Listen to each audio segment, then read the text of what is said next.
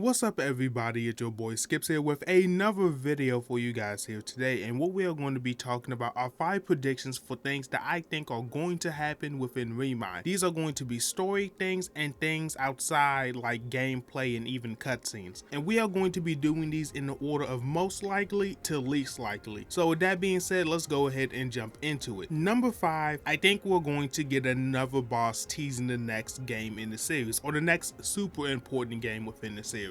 I've talked about this on multiple occasions throughout many of my videos, but like in Final Mix 1 when we got to face the Unknown who ended up being Xemnas for Kingdom Hearts 2, and then in Final Mix 2 we eventually faced the Lingering Will which ended up being Terra for Birth by Sleep, and then in Birth by Sleep when we got to face another character known as the Unknown, and that ended up being Young Xehanort for Dream Drop Distance. I think we are going to get some type of character that we don't know who exactly they are at this point. It could be a character that we have already seen, we just don't know that this is their fighting style. Like maybe one of the Foretellers or one of the Dandelions could be a secret boss and we just don't know it's them at this point because we haven't seen them fully fleshed out in a full-on Kingdom Hearts game. So that would be pretty cool to see, and I think this is a very likely thing to happen. So moving on from there, number 4, we are going to get another secret ending. Just like in the Final Mix games, we usually get multiple cutscenes for secret endings, and in this game we got the epilogue basically telling us where the next saga is going to go, and then we even got another secret ending called Yorza showing Sora, Riku, the Master of Masters, and Yorza within this new world that everybody assumes is going to be Shibuya, and they are probably playing the Reapers game. But I think we are actually going to get another secret ending for probably completing Remind 100%, or at least beating it on critical mode as it usually goes. I don't know exactly what this cutscene is going to entail or have in it, but I can assume it's probably going to be a cutscene that's going to be in the direct next game after Kingdom Hearts 3, hopefully. So that being said, let's move on into number 3. I believe we're actually going to get 3 new Keyblades within Remind. This is nothing super big or anything, but I did put it as the halfway point of this list, mainly because we are getting Oblivion and Oathkeeper, and that is free to everybody. You do not have to buy Remind to get Oathkeeper and Oblivion. They will be put out as an update on the day Remind releases. But usually within the Kingdom Hearts series, when we get a Final Mix, and in this case we're getting Remind, we get a couple of extra Keyblades on top of the base game. And seeing as Oathkeeper and Oblivion are not being tied exclusively to the Remind DLC, leads me to believe that we are at least going to probably get about 3 different Keyblades for the Remind DLC. One that I believe we're just going to get while doing the story of Remind. We are going to get a second one for probably beating the new data battles that we are going to be getting for the new Organization 13. And then I think we may even get one more when we defeat the super ultra hard boss that's going to be at the end of the Remind DLC, or somewhere wrapped in there. I just am set on the idea of us getting 3 Keyblades, and ever since Birth by Sleep, when it comes to secret bosses within Kingdom Hearts, you usually get a Keyblade from beating them. So that's my reasoning behind having 3 different Keyblades. I just think that that's going to be the reward for us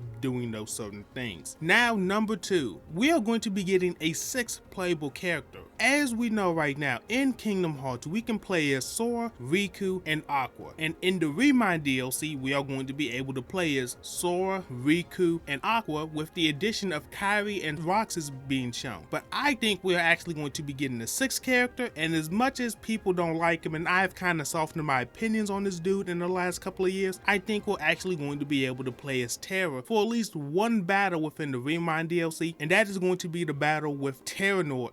In between the time when the Lingering Will first showed up and when Terranort confronts Aqua and Ventus when they fall inside of the Keyblade graveyard. And I don't have any basis for thinking about this. It's just a simple fact that we're seeing so many different battles from new perspectives and places. I can only assume that we're probably going to at least get one more playable character, and just in my personal honest opinion, I don't think it's going to be Ventus. I just have a big suspicious feeling that if we are going to get one more character to play as and we haven't seen them yet, it's probably going to be Terra, and I'm pretty sure a lot of you guys would love to play as him. And last but not least, something that I think is the least likely to happen, but I am hoping that it does so much, and I'm predicting that we will get a Sephiroth and Cloud boss battle to finish out their arc in Kingdom Hearts. Sephiroth has been there since the very first game, and then became the hardest boss in the original KH2 until the Final Mix version came out, and he has just been a part of this series series since the very beginning, and I feel like it's only right for Square Enix to finish out him and Cloud's arc within Kingdom Hearts right now, because it is the end of the Dark Secret saga and we're going into a new era of Kingdom Hearts. So I think we should kind of leave a lot of the things that made up the bulk of this saga in the past and focus on making more new things for us to enjoy in the new saga. And one of those things are Sephiroth boss battles. I would love for Cloud and Sephiroth to go all out, finally get to face Sephiroth in his Surf form, which is his final form within Final Fantasy VII, and free Cloud from his darkness and just wrap it up in a nice little bow. As much as I say this is very unlikely just because we haven't heard anything about this, and plus if Square mentioned this, we already know the pre-orders for Remind will go through the roof. There is a little bit of cross promotion with Final Fantasy VII Remake. We know that that is coming out in April now, as it has been delayed, but I would assume that they will want to promote that game as much as they can in any shape or way possible, and a way to promote that is by having a boss battle where Cloud is your companion and you're fighting Sephiroth, just to put it into people's head, oh yeah, Final Fantasy VII Remake is coming out in a couple of months, I probably need to pre-order that, or I need to save my money to buy that day one. So these are my personal top 5 predictions of what I think will happen in Kingdom Hearts 3 Remind. And with that being said, if you liked the video and you want to see more Kingdom Hearts content, please leave a like on it, subscribe, and please most importantly comment down below about what you thought of the video itself. With that being said, it has been your boy Skipx, and I will see you all in the next one.